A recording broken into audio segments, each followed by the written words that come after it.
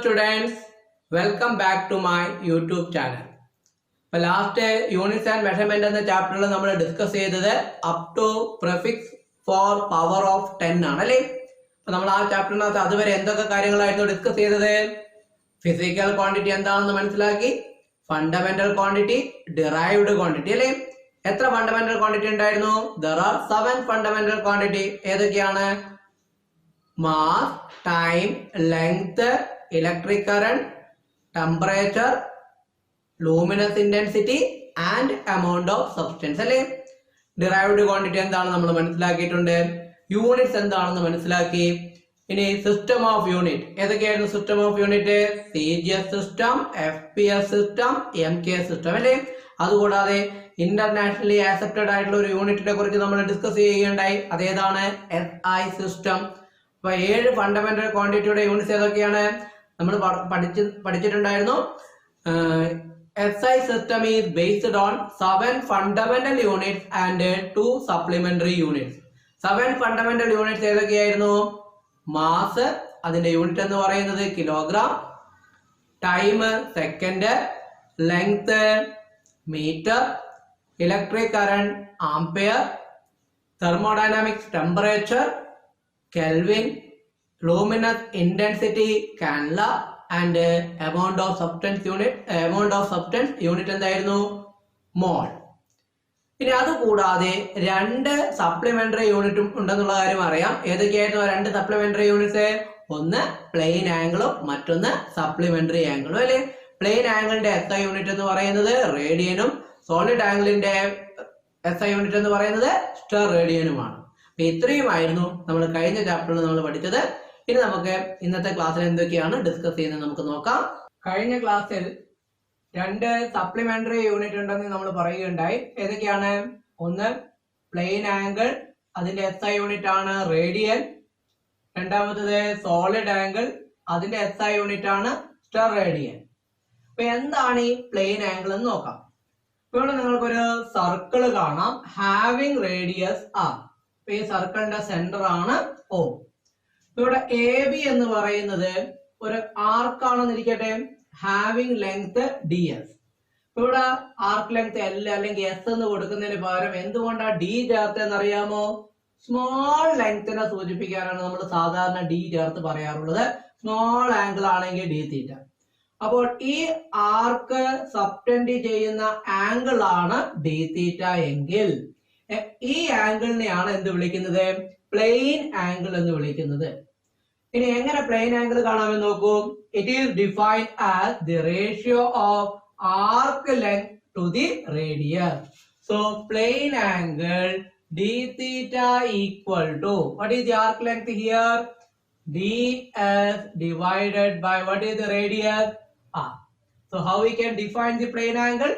It is defined as the ratio of arc length to the radius. That is D theta equal to DS by R. What is its unit? Radian. Short ആയിട്ട് നമുക്ക് എന്ത് എഴുതാം? Rad. Clear അല്ലേ എന്താണ് plain angle എന്ന് പറയുന്നത്? പിന്നെ നമുക്ക് നോക്കാം ഡിഗ്രിയും റേഡിയനും തമ്മിലുള്ള റിലേഷൻ എന്താണെന്ന് നമുക്കൊന്ന് മനസ്സിലാക്കി നോക്കാം. ഇവിടെ നമ്മള് കംപ്ലീറ്റ് സർക്കിൾ എടുക്കുകയാണെങ്കിൽ ആംഗിൾ തീറ്റ ഈക്വൽ ടു എന്ത് വരുമെന്ന് പറയാൻ പറ്റുമോ?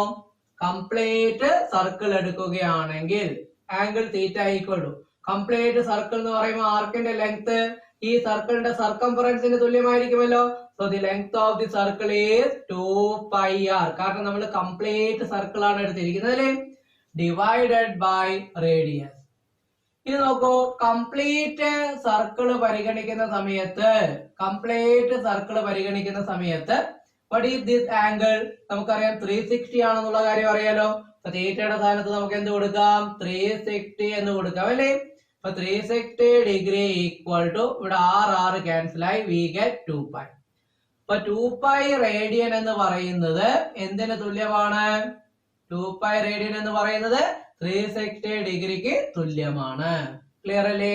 സോ ഈ റിലേഷൻ പഠിച്ചു വയ്ക്കണം. 360 ഡിഗ്രി ഈക്വൽ ടു 2π റേഡിയൻ. അങ്ങനെയാണെങ്കിൽ 1 ഡിഗ്രി എത്രയായിരിക്കും വരിക?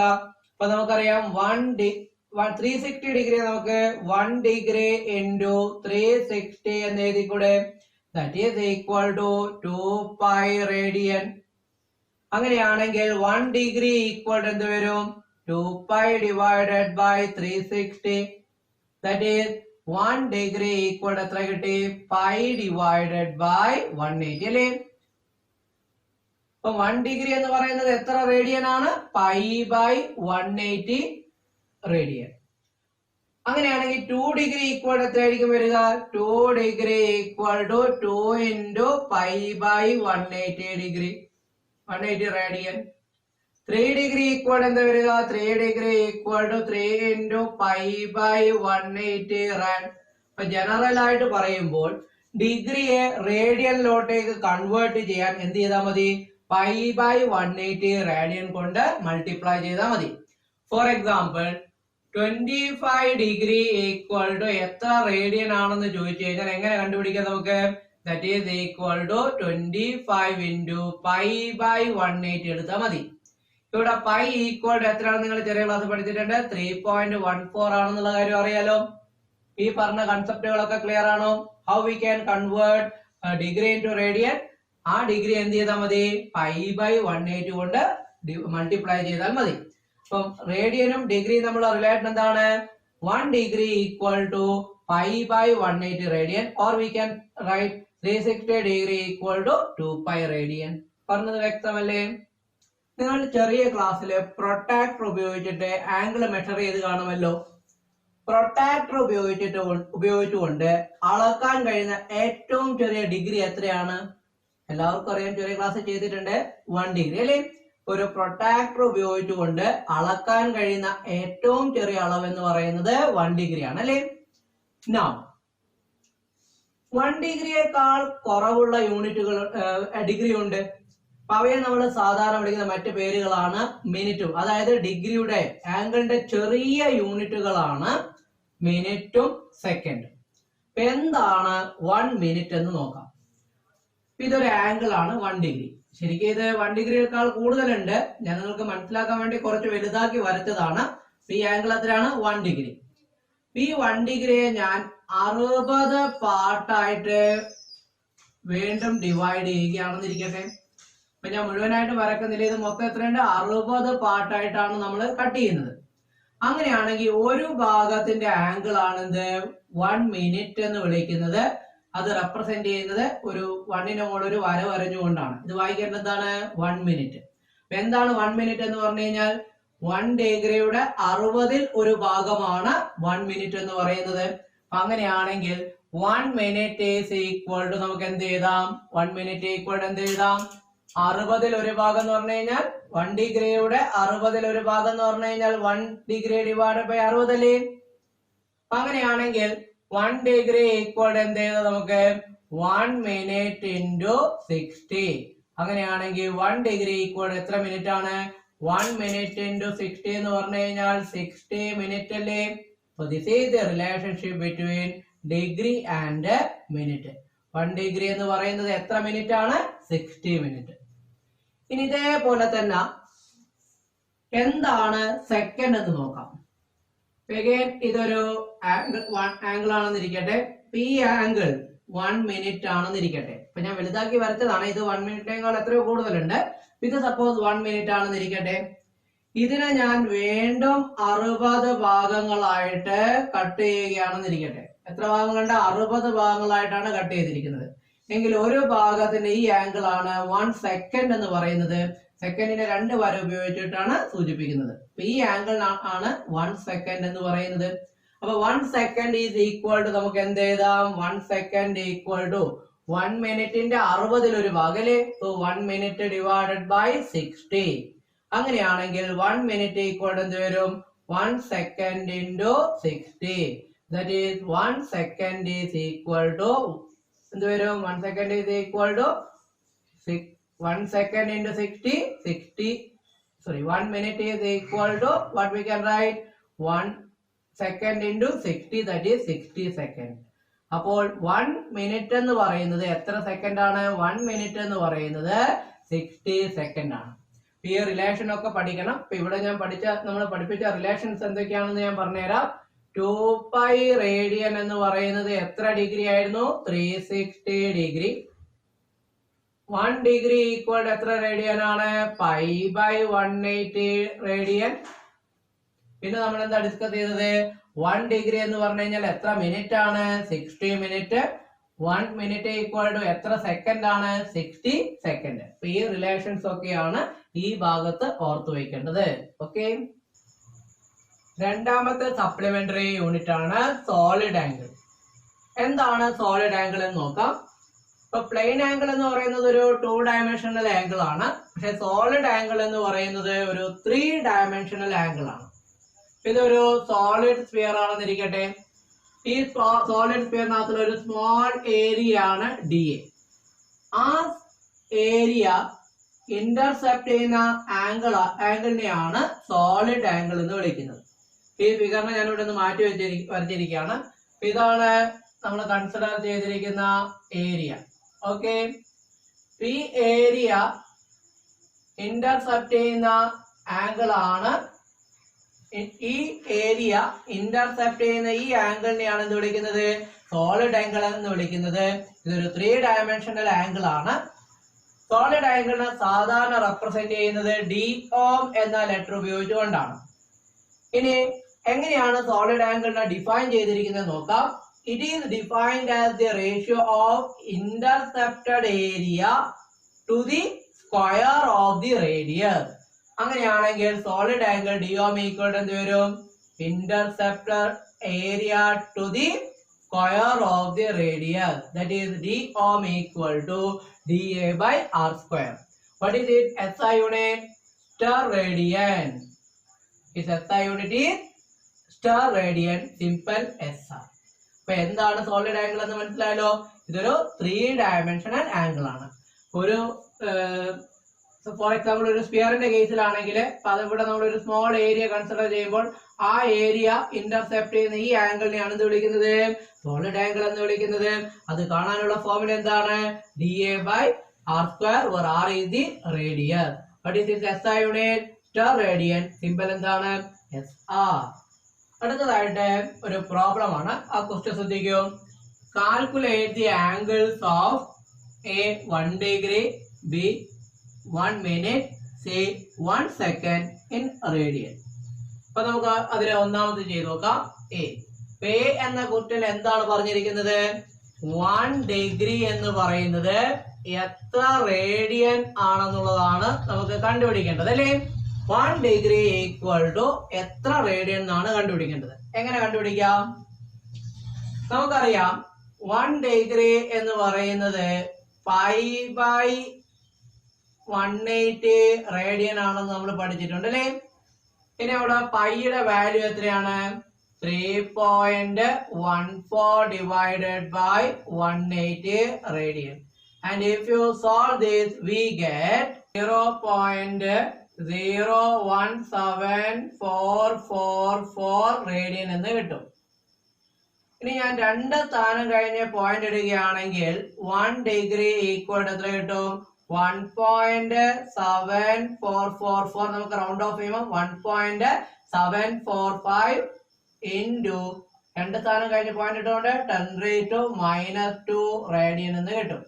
ഈ ഡാറ്റ എല്ലാവരും ബൈഹാർട്ട് ചെയ്യുകയും വേണം. പല ക്വസ്റ്റ്യൻസും സോൾവ് ചെയ്യാൻ നിങ്ങൾക്ക് ഇത് ഉപകരിക്കും. 1 ഡിഗ്രി എന്ന് പറയുന്നത് എത്ര റേഡിയൻ ആണ്? 1 degree equal to 1.745 into 10⁻² radian. രണ്ടാമത്തെ ക്വസ്റ്റ്യൻ എന്താ പറഞ്ഞത്? 1 മിനിറ്റ് എന്ന് പറയുന്നത് എത്ര റേഡിയൻ ആണെന്നുള്ളതാണ് കണ്ടുപിടിക്കേണ്ടത് അല്ലേ. അപ്പൊ നമുക്കറിയാം 1 ഡിഗ്രി എന്ന് പറയുന്നത് 60 മിനിറ്റ് ആണെന്ന് കുറച്ചു മുമ്പേ നമ്മൾ പഠിച്ചിട്ടുണ്ടല്ലോ.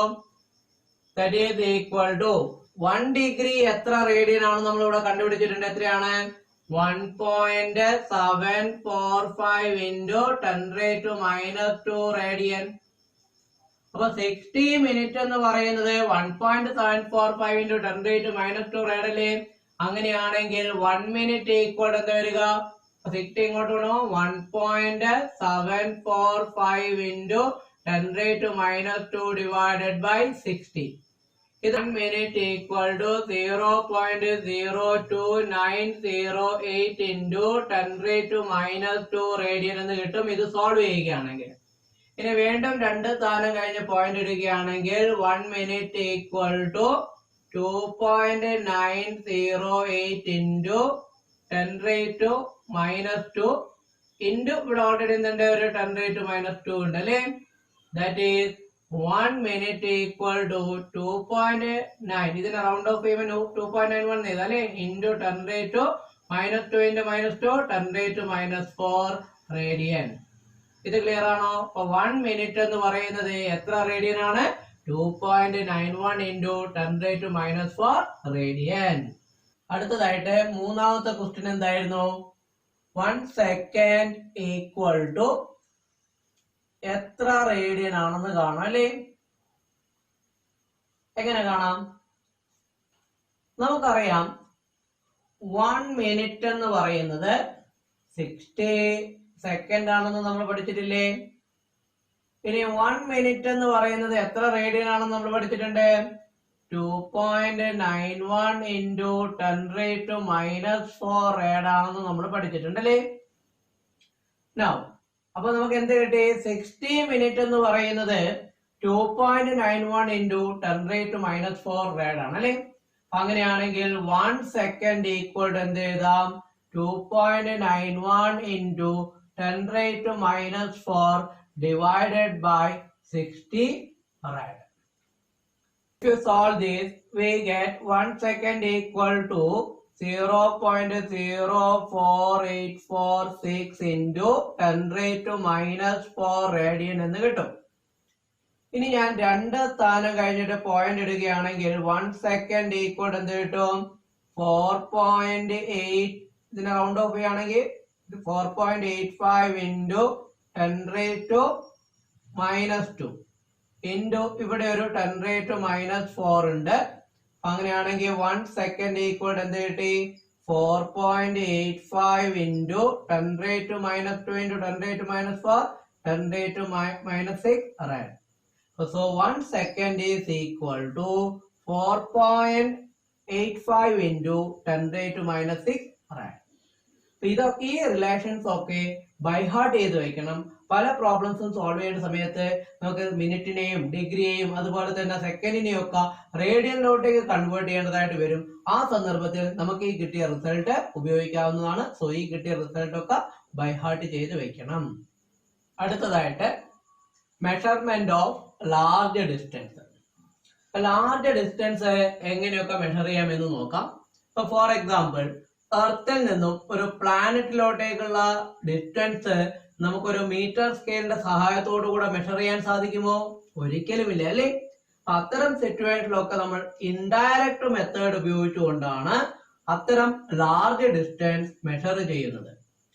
അപ്പൊ ലാർജ് ഡിസ്റ്റൻസ് മെഷർ ചെയ്യാനുള്ള ഒരു മെത്തേഡാണ് പാരലാക്സ് മെത്തേഡ്.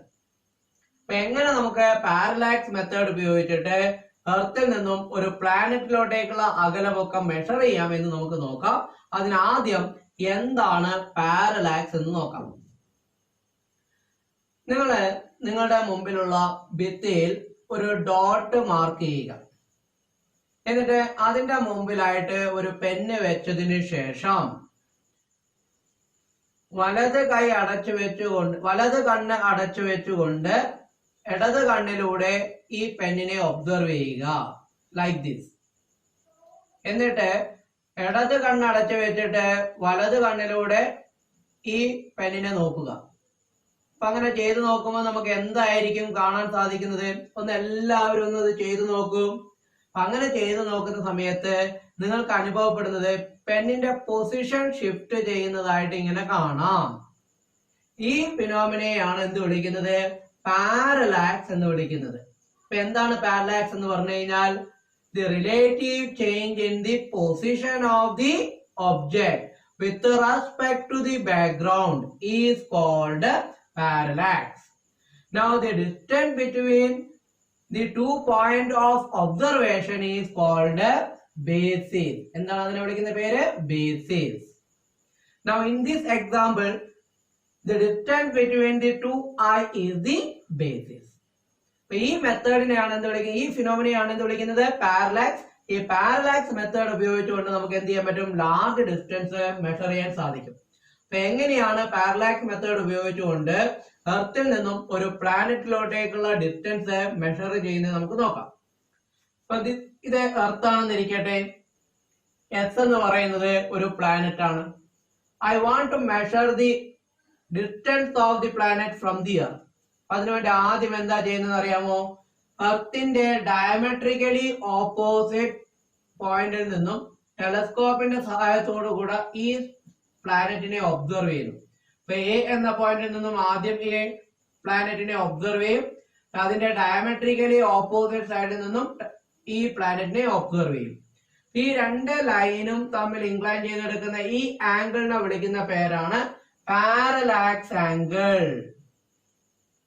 പാരലാക്സ് ആംഗിൾ അല്ലെങ്കിൽ അതിനെ വിളിക്കുന്ന മറ്റൊരു പേരാണ്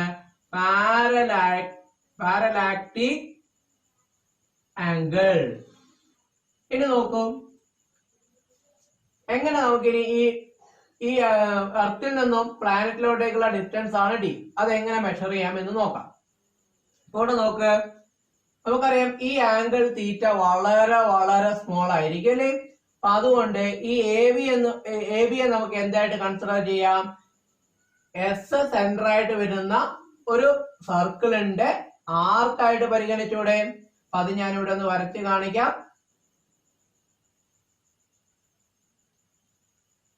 ഇതാണ് തീറ്റ, ഇത് എസ്. അപ്പൊ നോക്കൂ, ഈ എസ് സെന്റർ ആയിട്ട് വരത്തക്ക രീതിയിൽ ഞാൻ ഇവിടെ ഒരു സർക്കിൾ കൺസിഡർ ചെയ്യുകയാണ്. ഈ സർക്കിളിന്റെ ആർക്കായിട്ട് നമുക്ക് ഇതിനെ പരിഗണിച്ചൂടെ എ ബി എ. അപ്പൊ അങ്ങനെയാണെങ്കിൽ എങ്ങനെ നമുക്ക് തീറ്റ കാണാം, നിങ്ങൾ പഠിച്ചിട്ടുണ്ട്, theta equal to arc length divided by radius. ഇവിടെ റേഡിയസ് എന്ന് പറയുന്നത് ക്യാപിറ്റൽ ഡി അല്ലേ. അപ്പൊ അങ്ങനെയാണെങ്കിൽ തീറ്റ ഈക്വൽ എന്ത് വരും, ആർക്കിന്റെ വാല്യൂ എത്രയാണ്, A B equal to B, that is basis.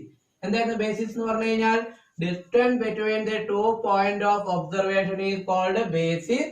So here this arc length is equal to the basis, so we have theta equal to arc എത്രയാണ് ഇവിടെ, arc length എത്രയാണ്, b divided by radius എത്രയാണ്, capital D.